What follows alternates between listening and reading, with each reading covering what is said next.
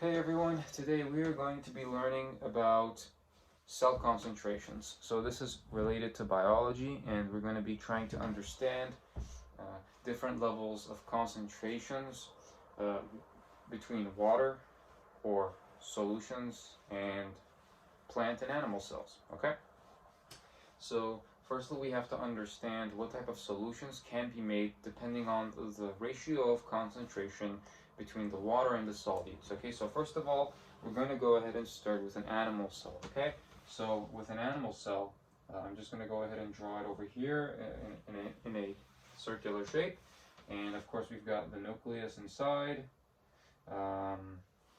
and uh, we've got the outer part of the cell. Think of this outer circle as the external part of it, and think of it as the solution. So we're just going to pour distilled water onto this animal cell. Okay, distilled water meaning that it is pure water and that it does not contain a high concentration of solutes. It's mostly made out of water, this outside, okay? It's going to be distilled water. And so, based off of this information, we haven't since there is not a lot of solutes inside this distilled water. Solutes, when I say solutes, I'm referring to other substances that are dissolved within the water. So since there are not a lot of those, the solutes are represented in dots. There's not going to be too many dots here. There's not going to be a lot of solutes in the distilled water. So this means that there's going to be more solutes within the actual animal cell itself.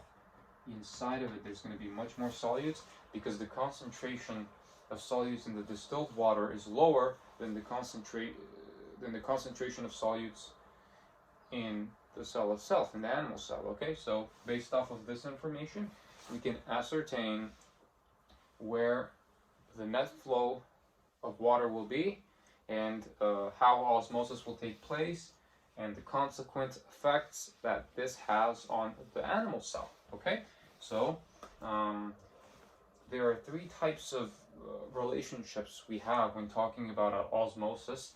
The first one here we've got is actually an example of a hypotonic solution. So what this means is that there are more solutes in the cell than there are in the solution, in the solvent outside. And so what this entails is that the flow of water will actually be inside. It will be going inside of the cell from outside the solute here. How is this possible, you may ask? Well, because one of the laws of osmosis is that water moves from an area of high concentration to an area of lower concentration. And we can sort of ascertain where the water is at a higher or lower concentration at face value, depending on the number of solutes either in the cell or in the solvent. So for example, in the solvent, we have much less solutes in the solvent than we have in the cell. So what this means is the more solutes there are within a certain biological body, the less water there will be consequently, because more volume of solutes equals less volume of water. More volume of water equals less volume of solutes.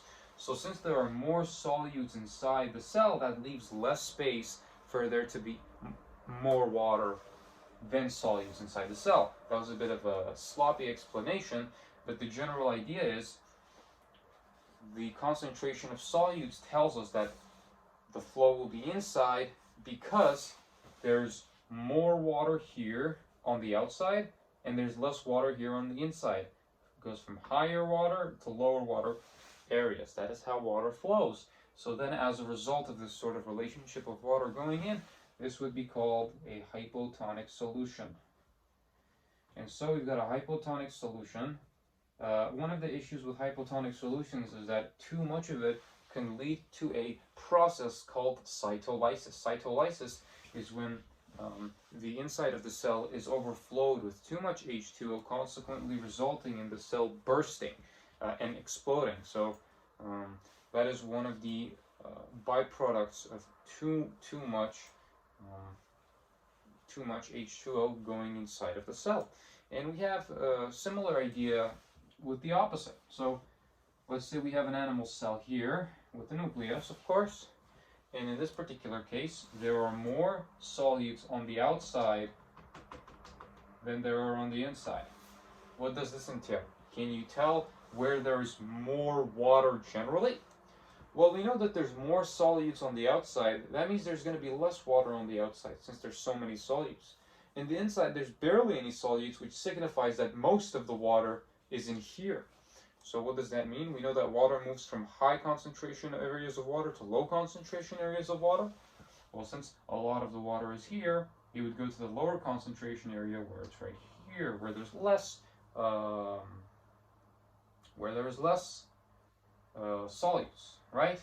So where there is what I mean by that is the water is going to move from an area of high concentration, which is signified by the low amount of solutes, to an area of lower concentration, which is signified by the high amount of solutes, okay? And so H2O will be going out, and this is only possible if the solvent, the liquid, the solution that we put in is not rather distilled water, but actually, for example, salt concentrated water. So salt concentrated water, why does this work? Because you can hear it in the name. This water is concentrated with salt, which means there are going to be a lot of salt solutes in it, which consequently reduces the number of H2O molecules within that body, right? And so this is how, through the merging of an animal cell with salt water, concentrated salt water, we have a process called hypertonic solution. Not a process, but a name for the sort of circumstance. It's called hypertonic solution. And so, for hypertonic solution, since H2O is going out, you could probably imagine what would actually happen to the cell membrane. What would actually happen to it is it would start shriveling up. It would get smaller and smaller and smaller, and it would.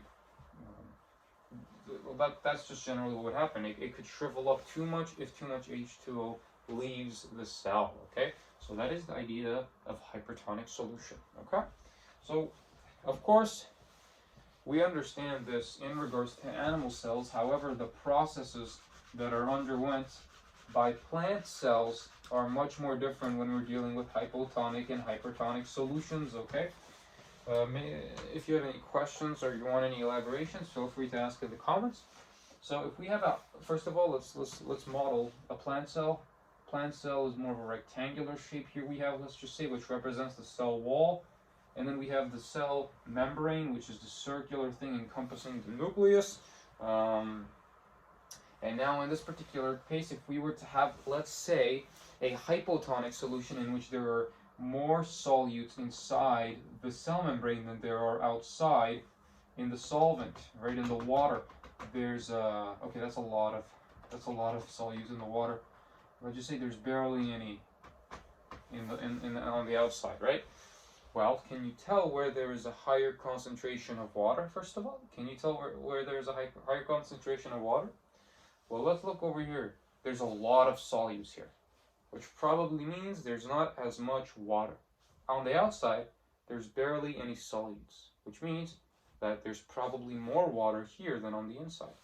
So that means there's a higher concentration of water here. And we know via osmosis, water moves from high concentration to low concentration, which would signify that H2O goes from here to here, hypotonic solution. Okay, and the idea behind what actually happens is as H2O moves inside the cell membrane, we looked with the animal cell example, the cell burst because of too much water overflowing it. However, for this case, what would actually happen is the cell membrane would expand and very closely press against the cell wall. Why does it not burst, you may be asking? It's because the cell wall acts as a protection layer which prevents the cell membrane from expanding anymore. And so the cell membrane here is going to be like more expanding on the outside, and this is what is called an increase in turgor pressure, meaning the pressure that which the cell membrane presses up against the cell wall as a consequence of osmosis through a hypertonic solution is called turgor pressure. That's what it is.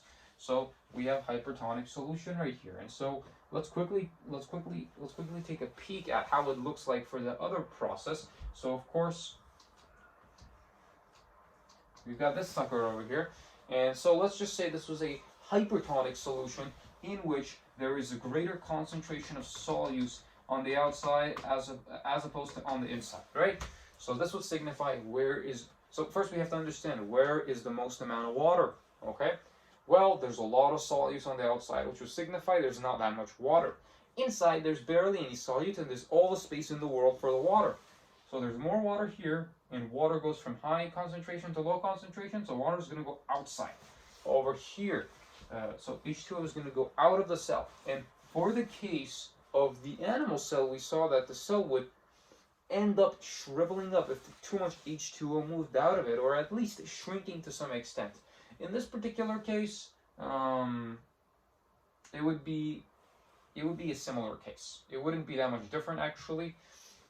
It would just shrink, therefore decreasing the turgor pressure, meaning the pressure that the cell membrane would press against the cell. It's not going to place any pressure whatsoever because it's going to be smaller, it's going to shrink, and if you were to see this under a microscope, you would be able to see the borders of the cell wall in a, say, the epidermis of an onion cell.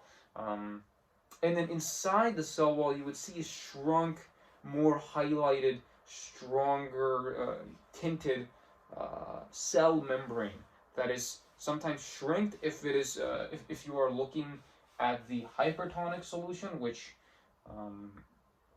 would represent, let's just say, a salt concentrated solvent on the outside, and that's really that. So this is called a hypertonic solution.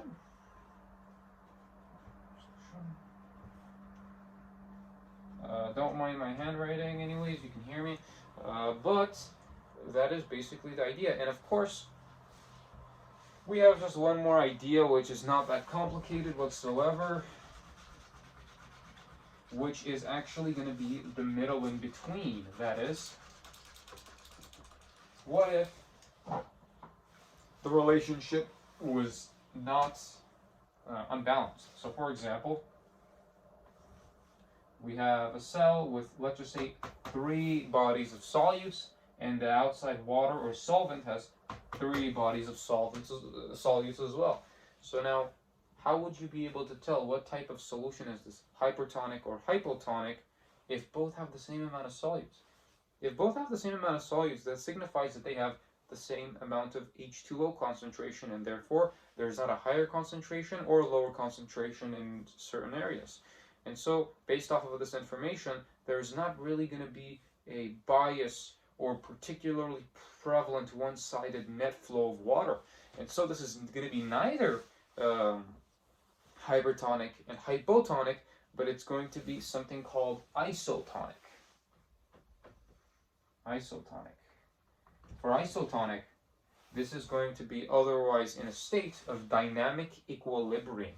Dynamic equilibrium means that the flow of water is much less biased and much more equal in its distribution, and it does not require energy for the water to be moved,